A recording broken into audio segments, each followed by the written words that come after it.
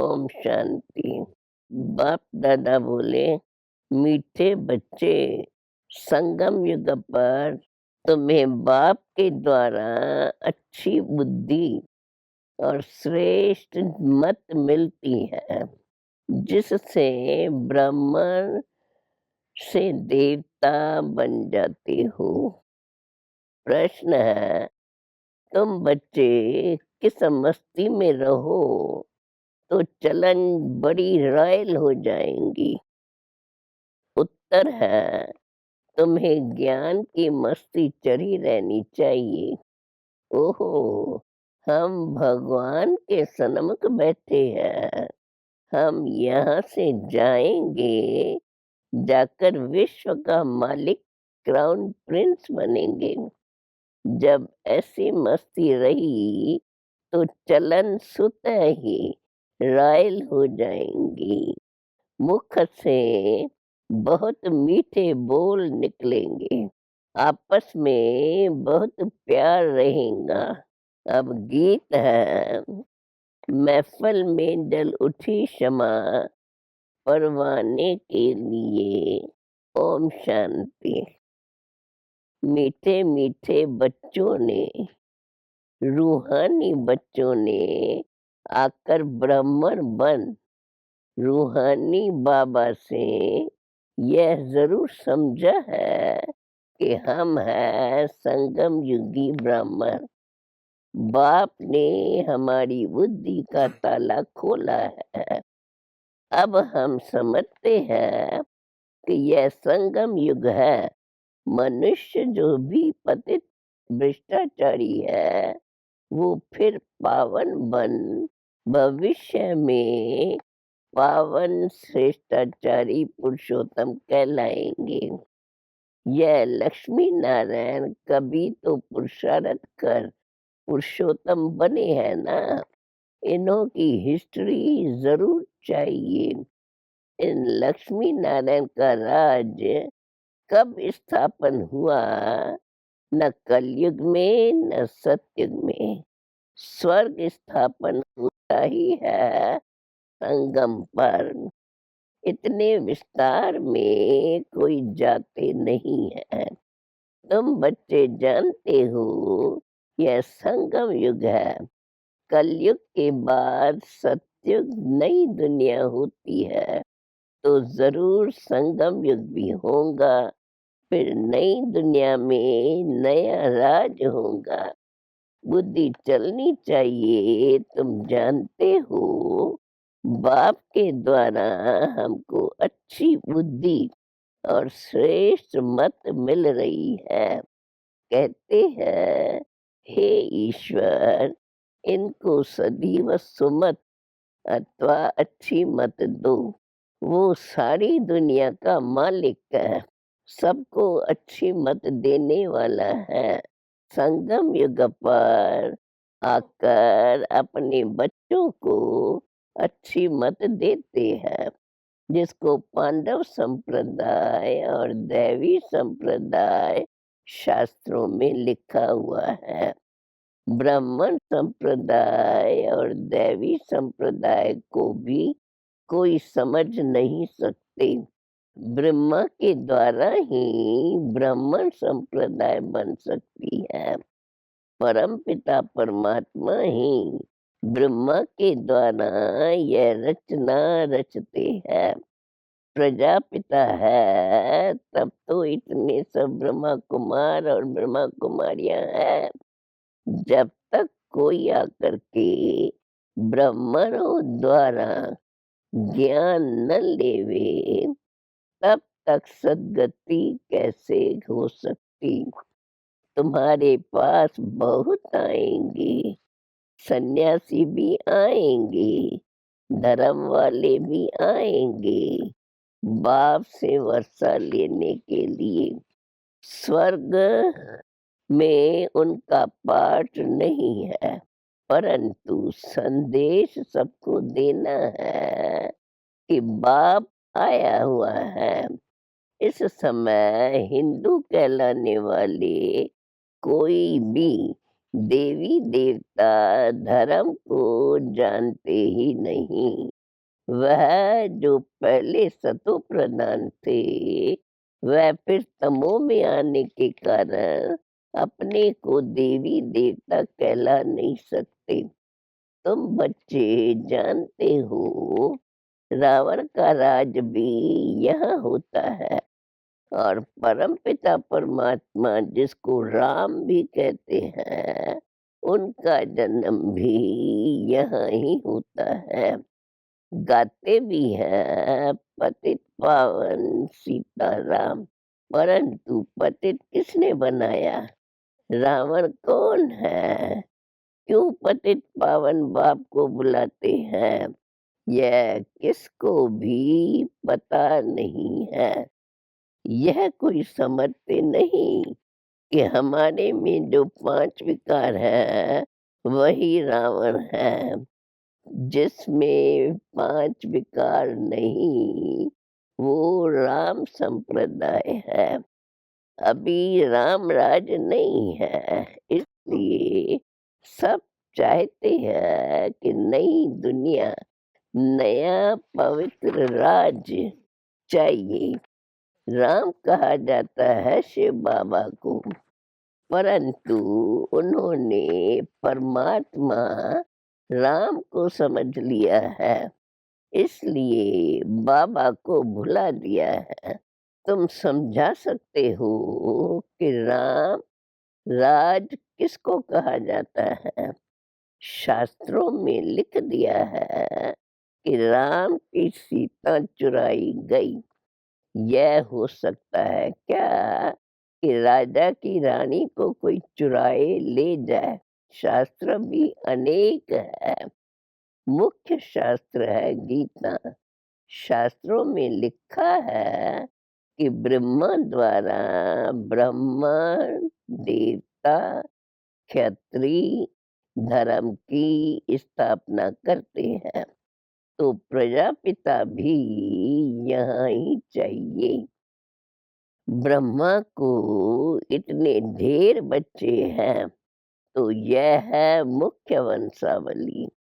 इतनी कुख वंशावली हो न सके, जबकि सरस्वती भी मुख्य वंशावली है, तो ब्रह्मा की स्त्री हो नहीं सकती। अब बाप कहते हैं ब्रह्मा मुख द्वारा तुम ब्राह्मण बनते हो, मेरे बच्चे बनते हो। तुम बच्चे जानते हो शिव बाबा की कितनी महिमा है। बाप पतित पावन लिबरेटर भी है। ये सब गाते भी हैं, परंतु समझते नहीं है। इसलिए पहले बाप का परिचय देना है कि वह पतित पावन है।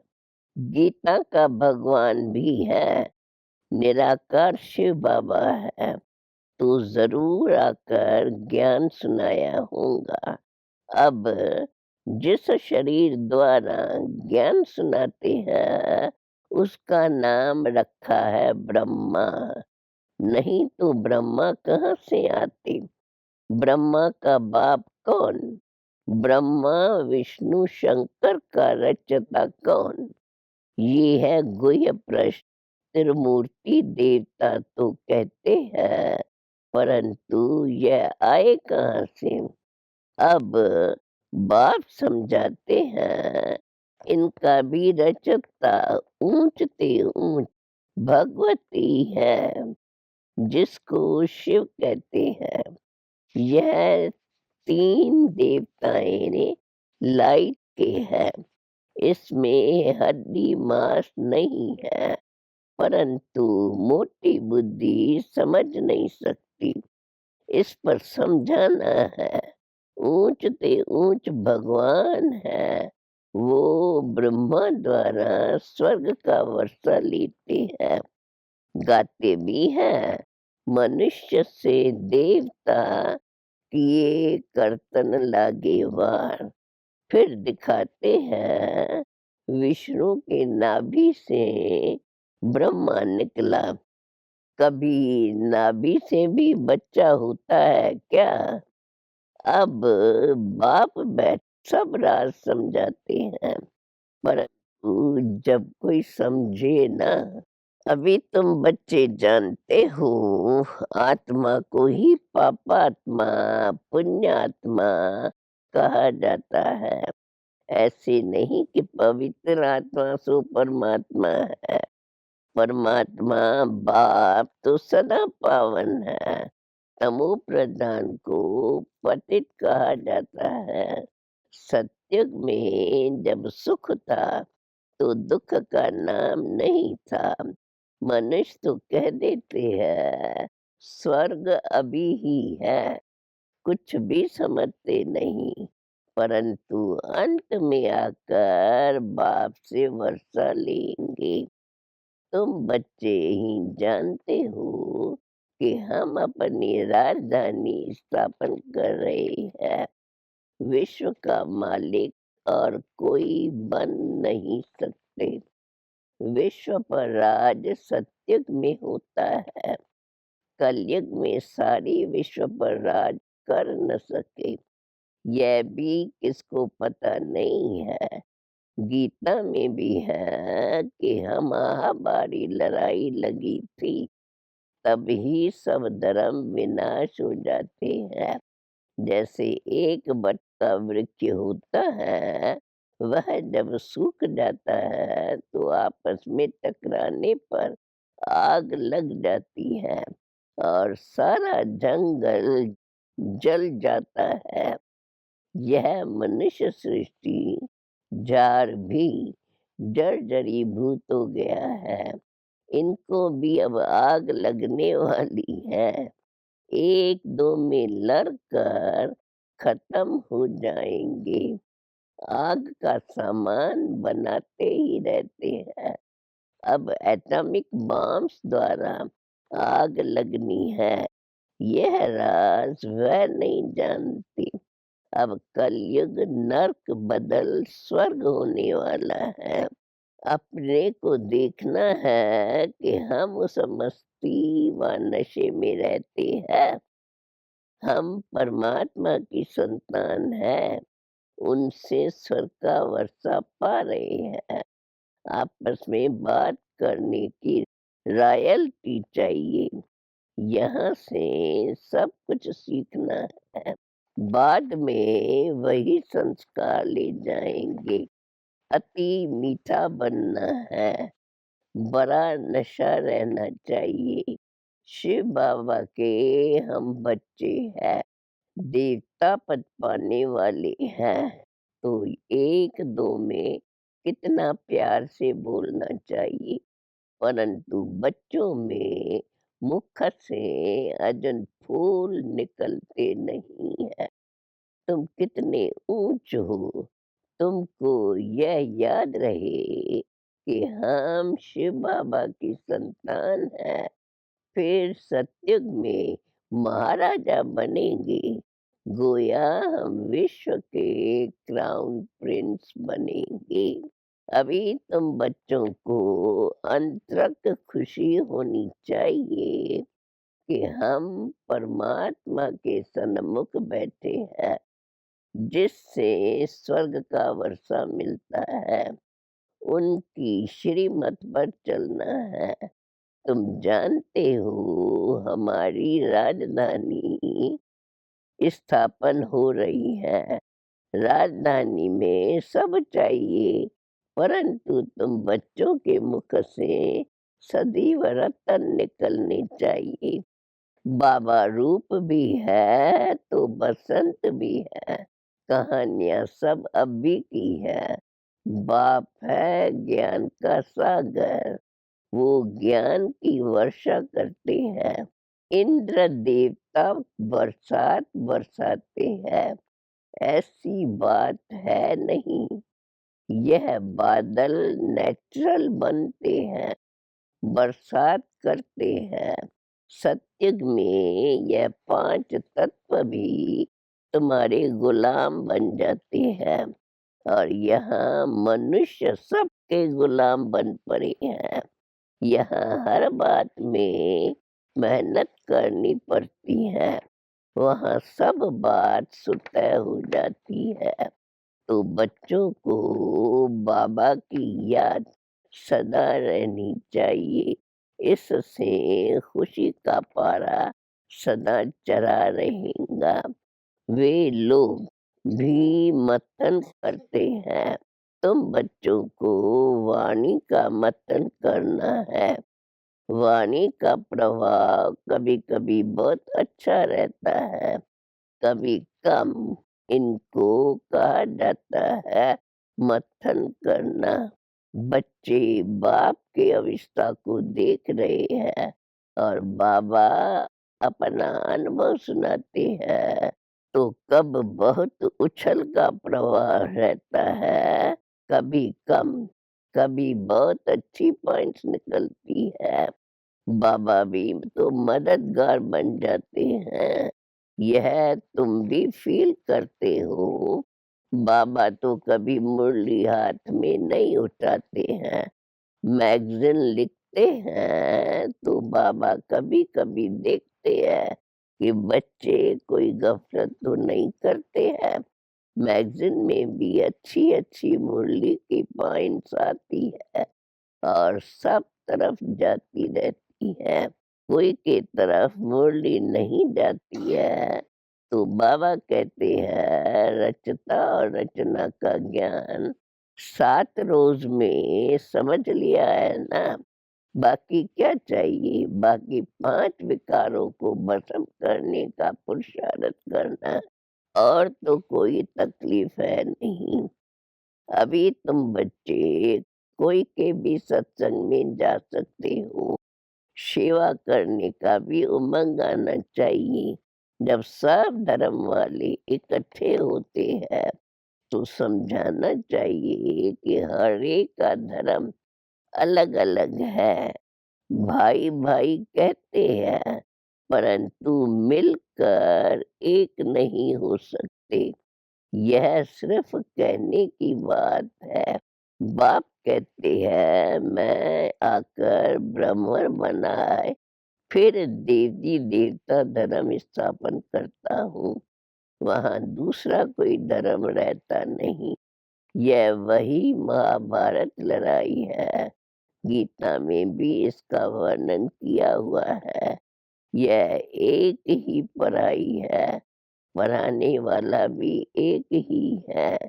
ज्ञान जब पूरा होगा तो बाप कहते हैं मैं भी चला जाऊंगा।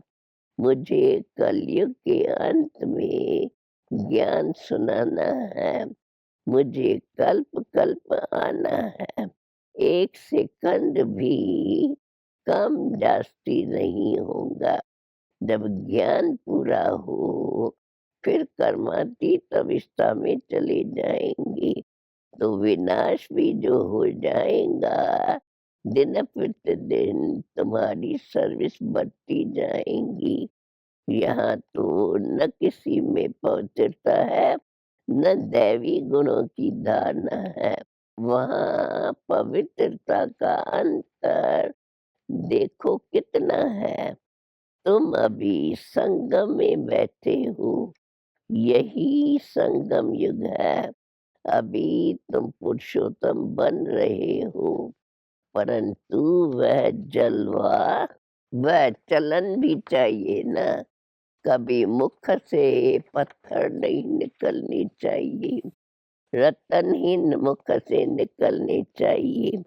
अभी तुम देवता समान गुल गुल बन रहे हो। गॉड ही आकर गॉड गॉडेज बनाते हैं। देवताओं को ही भगवान भगवती कहते हैं, परंतु ऐसा बनाते कौन है ये कोई जानते नहीं। तुम्हारी बुद्धि में रचता और रचना की नॉलेज है, बहुत आते रहेंगे। स्वदर्शन चक्रधारी ब्राह्मण ही बनते हैं। माया के तूफान भी बच्चों को ही आते हैं। कहाँ तूफान आने से हड्डी हड्डी टूट जाती है। चलते चलते कोई डिस सर्विस भी करते हैं। बाप कहते हैं कोई भी छी काम नहीं करो, तुम मुखवंशावली ब्राह्मण हो, वो है कुखवंशावली। कितना अंतर है। वह जिस्मानी यात्रा पर ले जाती है, तुम्हारी है रूहानी यात्रा। तुम बेहद के बाप से वर्षा ले रहे हो। यह भी किसमें अक्ल नहीं है जो समझे कि वह भी ब्राह्मण हम भी ब्राह्मण, परंतु सच्चा ब्राह्मण कौन है? वह ब्राह्मण अपने को ब्रह्मा कुमार नहीं कहला सकते। तुम अपने को ब्रह्मा कुमार कहलाते हो तो जरूर ब्रह्मा भी होगा, परंतु उनके बुद्धि में ये बातें आती नहीं है।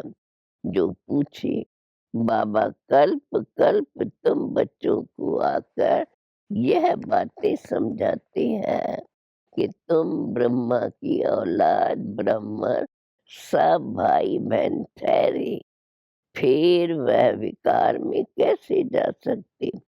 अगर कोई जाते हैं तो ब्राह्मण कुल को कलंक करते हैं, अपने को ब्रह्मा कुमार कुमारी कहलाकर फिर पतित हो नहीं सकते। समझा?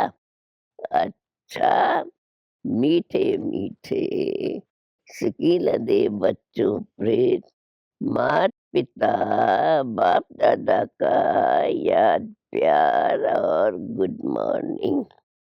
रूहानी बाप की रूहानी बच्चों को नमस्ते। अब धारणा के लिए मुख्य सार। वाणी से जो सुनते हो उन पर मत्थन करना है। पुरुषोत्तम बन रहे हैं, इसलिए चलन बहुत रॉयल बनानी है। मुख से कभी पत्थर नहीं निकालने हैं। दूसरी बात, बहुतों को आप समान बनाने की जवाबदारी समझ सर्विस पर तत्पर रहना है। कोई भी छी गंदा काम करके डिस सर्विस नहीं करनी है।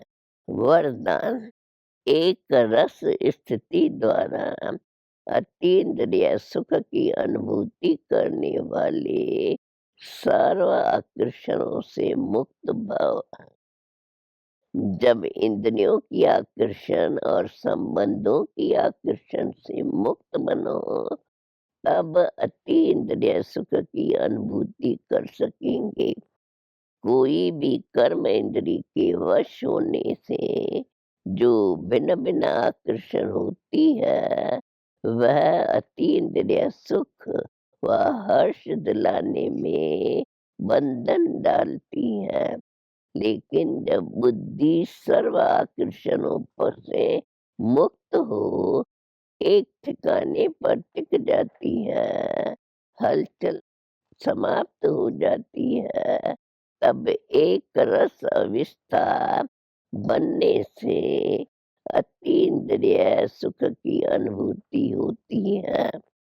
अब लास्ट में स्लोगन है, अपनी बुद्धि की लाइन सदा क्लियर रखो तो एक दो के मन के भावों को जान लेंगे।